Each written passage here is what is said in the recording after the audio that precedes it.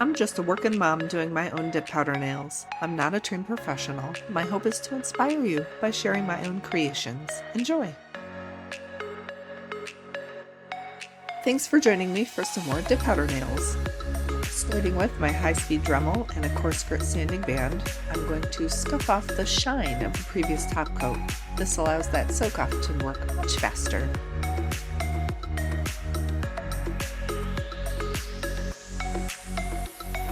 Here in my sunroom on a beautiful day, I have my handy-dandy soak-off setup, a large bowl with warm water, 2 quart-sized freezer bags with a piece of paper towel in each one, and 100% pure acetone. This is my low-tech soak-off setup using warmed acetone to soak off that old dip powder as quickly as possible. Less than 20 minutes is usually all it takes to get rid of all that dip powder. Before I can start playing with pretty dip powder, I have to prepare my nail surface. If I want those manicures to last 2 weeks or more, I push back the cuticles and I use a fine grit sanding block to gently buff away the natural nail shine. Then one last wipe with a lint-free cloth and acetone to remove any remaining oil or debris.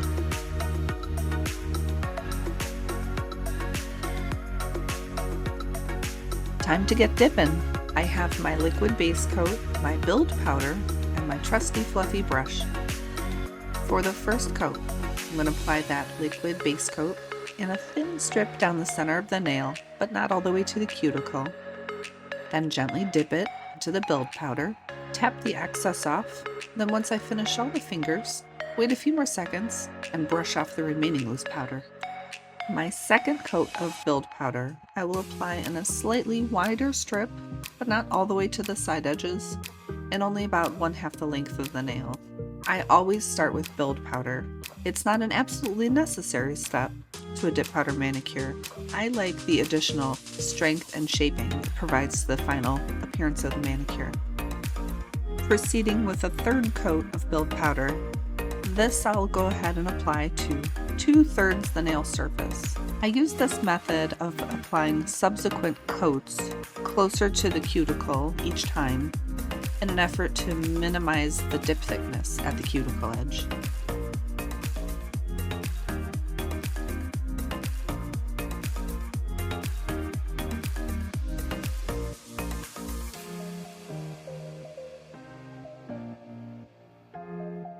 Time to get into those colors. I've chosen this assortment for my Lakeside Retreat nails. Starting off with my liquid base coat, I'll put the deeper shade of aqua on my ring finger and the lighter on the rest. I'll apply this coat of liquid base coat closer to the cuticle than the previous layer, but not all the way to the cuticle yet.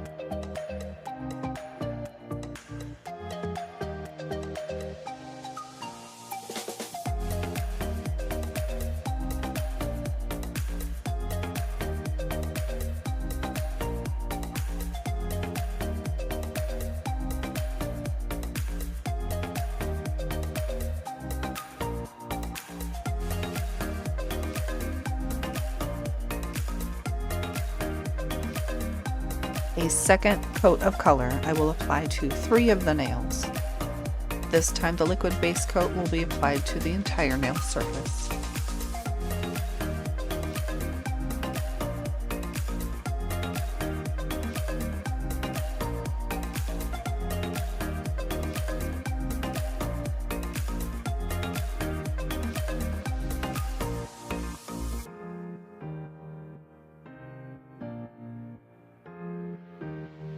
For the other 2 nails, the pointer in the middle, I have something special planned. A watery marble look. With my handy dipping tray, I'll start with a layer of clear dip, then light aqua blue.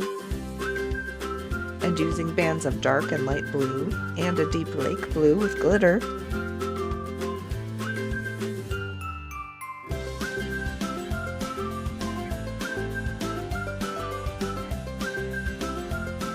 some swirling, and I'll adjust until I like what I see. I lightly tap the tray to flatten the pattern. I'm going to marble these two nails now. Applying liquid base coat to the entire nail.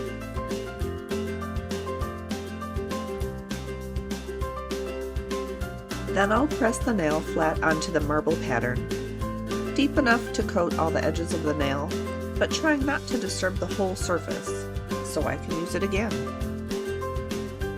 Count to 20 and brush away the loose powder.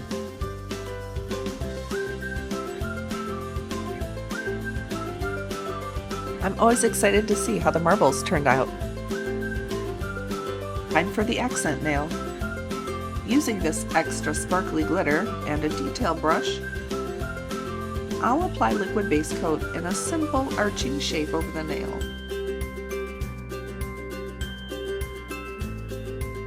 Then press the nail flat into the glitter. To maximize how much glitter stays adhered, I did wait several minutes before brushing off this nail. Loving the glitzy shimmer here. And now a couple coats of clear dip powder to both encapsulate and protect my designs. The first coat I'll apply to almost the whole nail, but not quite all the way to the cuticle. This is a continued effort to minimize the dip thickness at that edge.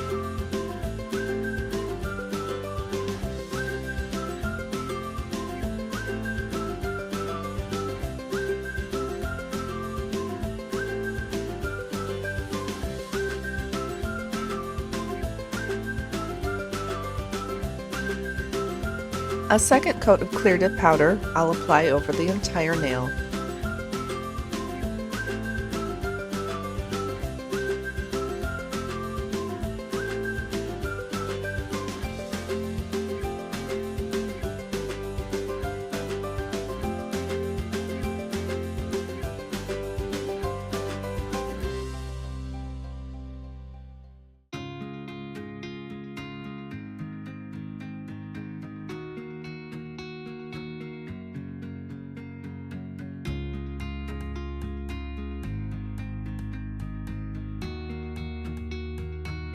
All the dipping is done.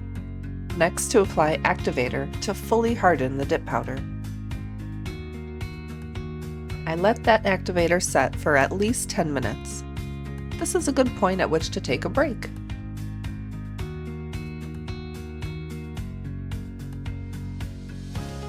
Using a coarse grit file board, I'll refine the shape of the nail, especially the sides and all over, to round out any unevenness.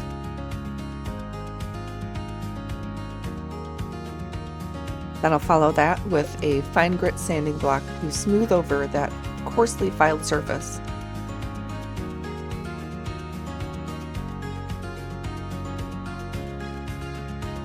I'll go ahead and buff that further to refine the shine.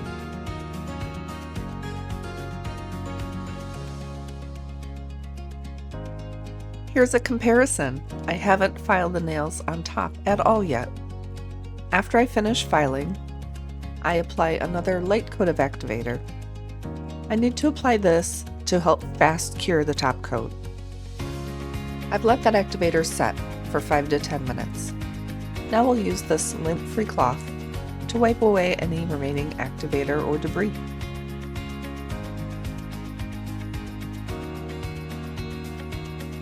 And now for a first coat of top coat. I'll apply that in just a few quick strokes. I want to avoid overworking the brush on this step to slow down the occurrence of brush hardening. And I do usually get a little bit of crunchy brush at this step, so I do have a bottle of brush saver on hand so that I can switch out that brush for a clean one for my second coat of top coat. With my clean brush, I can spend more time applying a final top coat for a photo-worthy finish.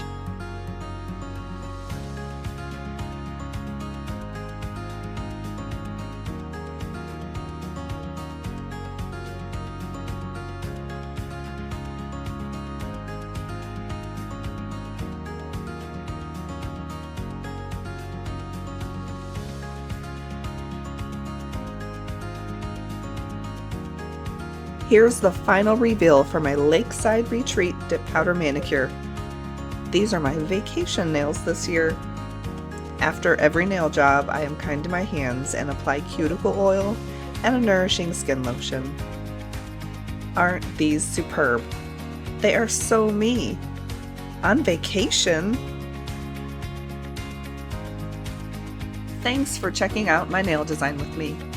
Go ahead, like, subscribe, and comment with any questions or feedback.